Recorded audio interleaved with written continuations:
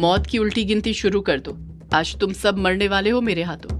युग अघोरी को घूरते हुए गुस्से के साथ कहता है, कौन किसको मारता है तुझे खुद पता चल जाएगा। अघोरी युग से पलट कर कहता है, तू मुझे मारेगा युग? मरे हुए को? कैसे? मरे हुए को कोई नहीं मार सकता है। इतना कहकर अघोरी हंसने लग जाता है। उसकी डरावनी हंसी हवेली के अंदर गूंजने लग जाती है। हंसते हुए ही अघोरी के बड़े बड़े पैने दांत बाहर निकल आते हैं, जो कि कुत्ते के दांत की तरह नुकीले और खूंखार थे। यामिनी सोच ही रही थी कि वो क्या करे। उससे पहले ही अघोरी अपने दोनों हाथों से अपने सिर को पकड़ता है और अपने धड़ से अलग कर देता है। अघोरी के हाथ में उसका सिर था। वो अपने सिर को अपनी पूरी जान के साथ युग के दोस्तों की तरफ फेंक देता है।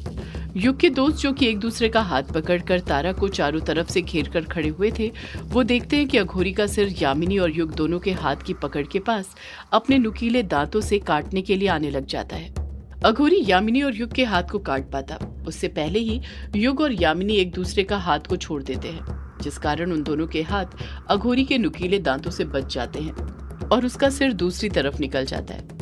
ऐसे ही करके अघोरी का सिर सबके हाथ की पकड़ की तरफ जाने लग जाता है और उनके हाथ की पकड़ को एक दूसरे के हाथ की पकड़ से छुड़ाने लग जाता है। जैसे ही सबके हाथ छूटते हैं, अघोरी का सिर वापस से उसके धड़ के ऊपर आकर लग जाता है। अघोरी तारा को देखते हुए कहता है, तारा बेटा, अभी भी वक्त है, मेरे साथ चलो, काल स्वामी ने तुम्हें बुलाया है। तारा अघोरी को देखकर इतना ज्यादा डर गई थी कि ना कुछ बोल पा रही थी, ना ही कुछ कर पा रही थी। अघोरी तारा को और डराता या उससे कुछ कहता, उससे पहले ही यामिनी मन ही मन कोई सा मंत्र पढ़ने लग जाती है। जैसे ही मंत्र पढ़कर पूरा होता है, आसपास जितनी भी नुकीली चीजें थी सब यामिनी के सामने जमा होने लग जाती है। किचन के अंदर के चाकू हवा में उड़ते हुए यामिनी के सामने आ गए थे। हवेली के अंदर रखी कुल्हाड़ी, सरिया सब हवा में उड़ते हुए आते हैं और यामिनी के सामने हवा में आकर ही रुकते जाते हैं। जैसे ही सारी चीजें जमा हो जाती हैं, यामिनी अपने हाथ से इशारा करते हुए उन नुकीली पैनी चीजों को अघोरी की तरफ फेंक देती है। वो नुकीली चीजें अघोरी के बदन से जाकर लगने लग जाती हैं, अघोरी के बदन के अंदर घुसने लग जाती है। एक चाकू सीधे अघोरी के पेट में घुस जाता है, कुल्हाड़ी सीधे उसके सीने पर जाकर लगती है। ऐसे ही एक एक करके सारी नुकीली चीजें उसके बदन पर जाकर लग जाती हैं, पर अघोरी के बदन से जरा सा भी खून नहीं निकलता है, ना ही उसे दर्द का एहसास तक होता है। वो अपनी जगह से टस से मस नहीं होता, उल्टा हंसते रहता है। अघोरी हंसते हुए ही यामिनी को देखते हुए कहता है, मैंने कहा ना, तुम लोग मरे हुए को नहीं मार सकते। कछुआ डरते हुए बड़बड़ाता है, ये सही कह रहा है, ये मर चुका है, हम इसका कुछ नहीं कर सकते। कायर घबराते हुए कहता है, ऐसा मत बोल कछुए, वरना ये हम सबको मार देगा। मैं मरना नहीं चाहता हूँ, अभी तो मेरी शादी भी नहीं हुई है। वो अघोरी बिना देरी करे तेजी से तारा के पास जाने लग जाता है। अघोरी तारा के पास अपने कदम बढ़ाते हुए कहता है, आओ तारा, मेरे पास आओ, मेरे साथ चलो, काल स्वामी ने तुम्हें बुलाया है। तारा डरते हुए ना में अपना सिर हिलाती रहती है और कहती कुछ नहीं है। वर्चस्विनी तुरंत तारा के पास जाती है और उसे अपने दोनों हाथों से पकड़ते हुए बाहों में भींचते हुए कहती है, नहीं, मैं तुम्हें अपनी बेटी को कहीं नहीं ले जाने दूंगी, तुम मेरी तारा को नहीं ले जा सकते। अघोरी वर्चस्विनी की तरफ गुस्से से देखते हुए कहता है, तू रोकेगी मुझे, तेरी ये मजाल।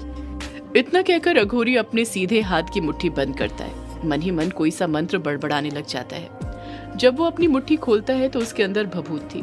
अघोरी उस भभूत को फुर्ती के साथ वर्चस्विनी के ऊपर फेंक देता है।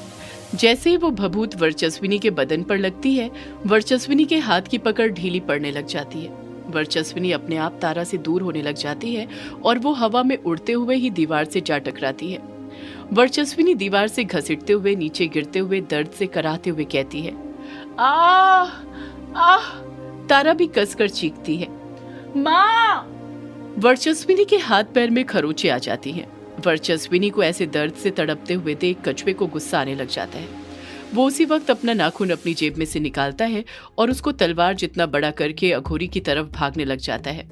कछुए का नाखून तलवार जितना ही लंबा और नुकीला हो गया था। कछुआ मन ही मन कोई सा मंत्र बड़बड़ाते हुए भागते हुए अघोरी के पास जाता है और एकदम उसके सामने खड़े होकर उसके सिर के बीचों बीच तलवार से वार कर देता है।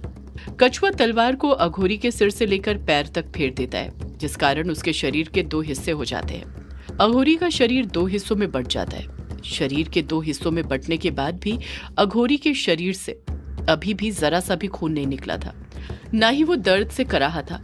ऐसा लग रहा था जैसे अघोरी के शरीर में खून की एक बूंद भी ना हो। तभी यामिनी और कछुआ दोनों के वार करने के बाद भी उसके शरीर से खून की एक बूंद भी नहीं निकली थी।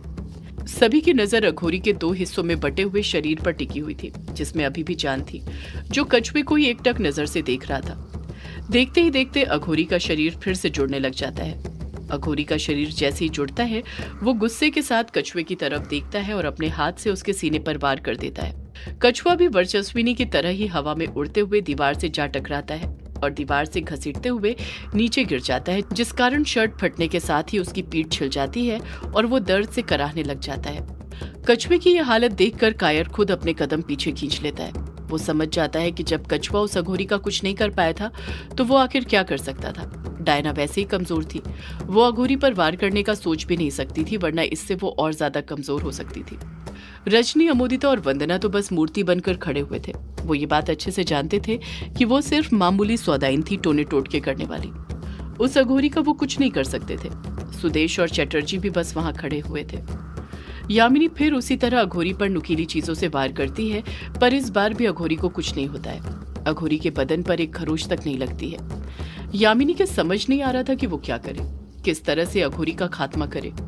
युग भी बस वहां पर खड़ा हुआ था, उसके भी समझ नहीं आ रहा था कि वो क्या करे। उसका दिमाग ही काम नहीं कर रहा था।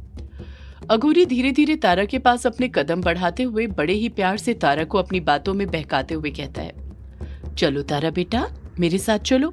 मैं और खून खराबा नहीं करना चाहता हूँ। तुम क्या चाहती हो, जानकी और दिलीप की तरह फिर कोई मरे मेरे हाथों? तारा एकटक अघोरी को देखते हुए उसकी बातें सुनती रहती है। देखते ही देखते अघोरी तारा के पास पहुंच जाता है और उसका हाथ पकड़ते हुए कहता है, तारा बेटा, काल स्वामी के पास चलने का वक्त आ गया है, चलो मेरे साथ अब। तारा के कुछ समझ नहीं आता वो क्या करे। वो डर से बस कांपते रहती है।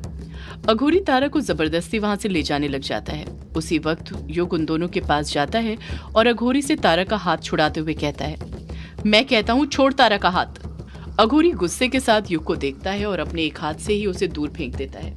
युग भी वर्चस्विनी और कछुआ की तरह ही दीवार से जा टकराता है और घसीटते हुए नीचे गिरने लग जाता है।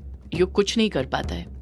अभिमन्यु समझ गया था कि अगर उसने जल्द ही कुछ नहीं किया तो अघोरी तारा को लेकर वहां से चले जाएगा, और अगर ऐसा हो गया तो सब कुछ खत्म हो जाएगा। अभिमन्यु मन ही मन सोचने लग जाता है कि अघोरी तो मरने का नाम ही नहीं ले रहा है, पर ये मरेगा भी कैसे?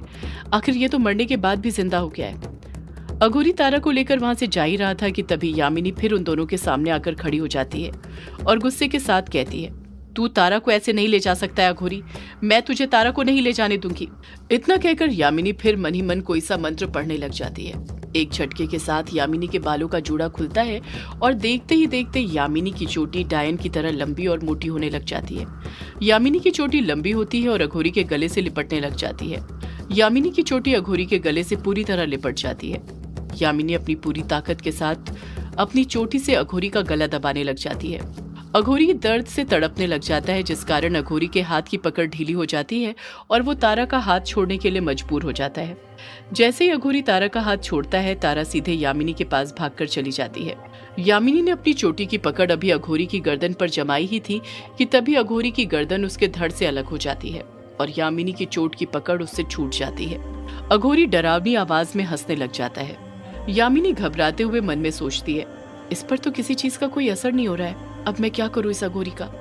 अघोरी का सिर फिर उसके धड़ से जुड़ जाता है और अघोरी यामिनी को देखकर हंसते हुए कहता है, मुझे तारा को यहाँ से ले जाने से कोई नहीं रोक सकता है।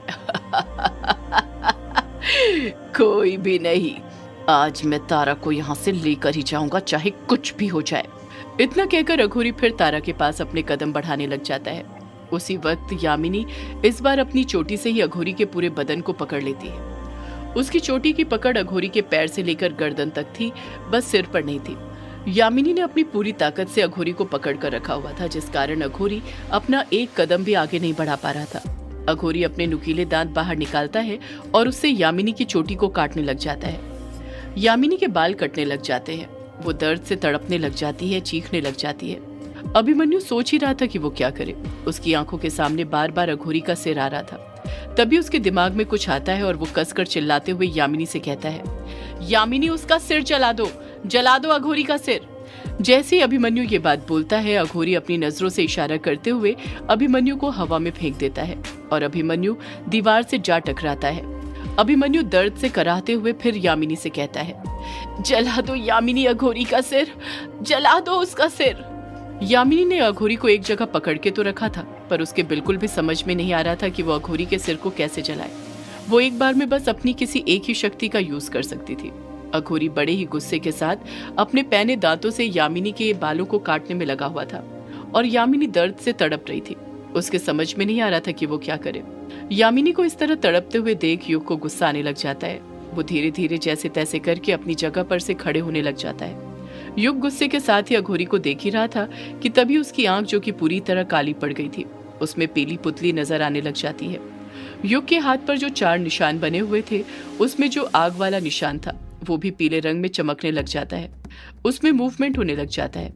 सभी की नजर युग की चमकती हुई पीली आंखों पर थी, पर कोई था जो युग की पीली आंखों को बड़े गौर से देख रहा था और वो था चटर्जी।